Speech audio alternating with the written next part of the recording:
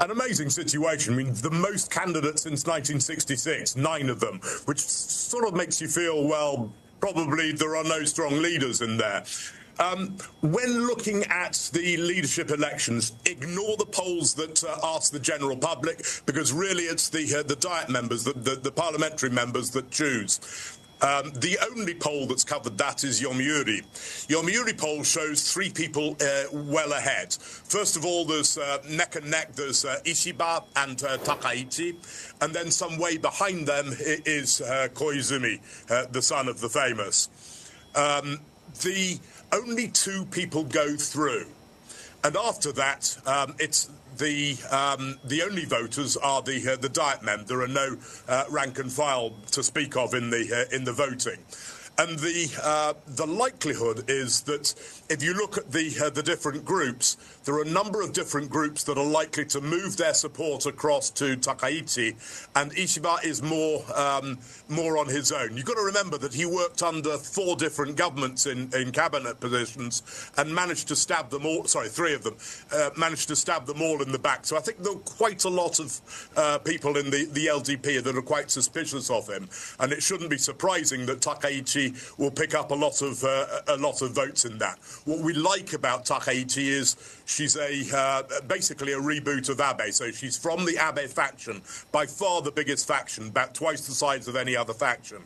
And there's also the issue that Kishida tried to make use of the scandal at the beginning of the year to stab in the back the Abe faction. So they will not be forgiving of that, and they're likely to support Takaichi. And obviously there are a lot of votes that haven't been, a lot of lawmakers that haven't committed to one or another, and therefore there's still a certain amount of uncertainty in there.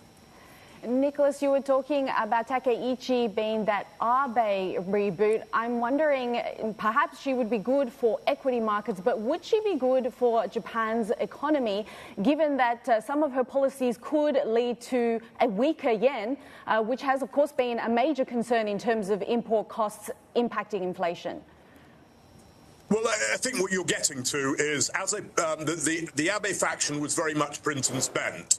And so would she print? Well, obviously, the amount of printing by the Bank of Japan is given to the Bank of Japan. Their freedom was given to them in the 1997 Bank of Japan law. So the only way, really, of strongly influencing the Bank of Japan is picking the next governor, which doesn't happen until April 2028.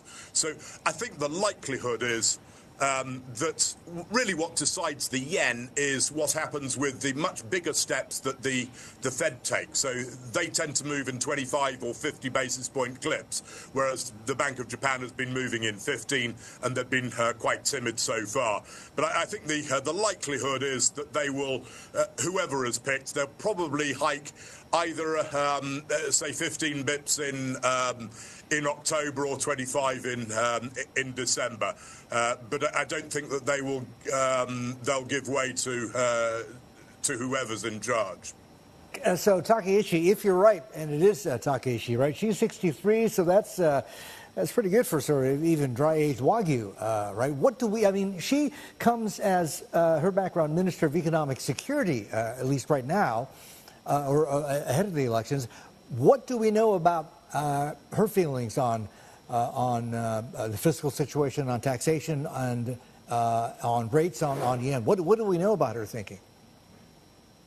Well, I think she's been reasonably open on this, and she's always been pretty much aligned with Abe, in which case print and spend. So the spending would probably be larger under her, and I suppose, given the weaknesses recently, that's understandable.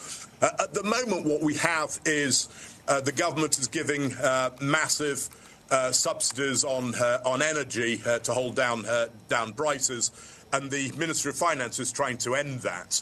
I think that she would probably push to keep the subsidies going at least through the winter of this year. Otherwise, what do we know about her? She wants to get nuclear restarts, as did Abe.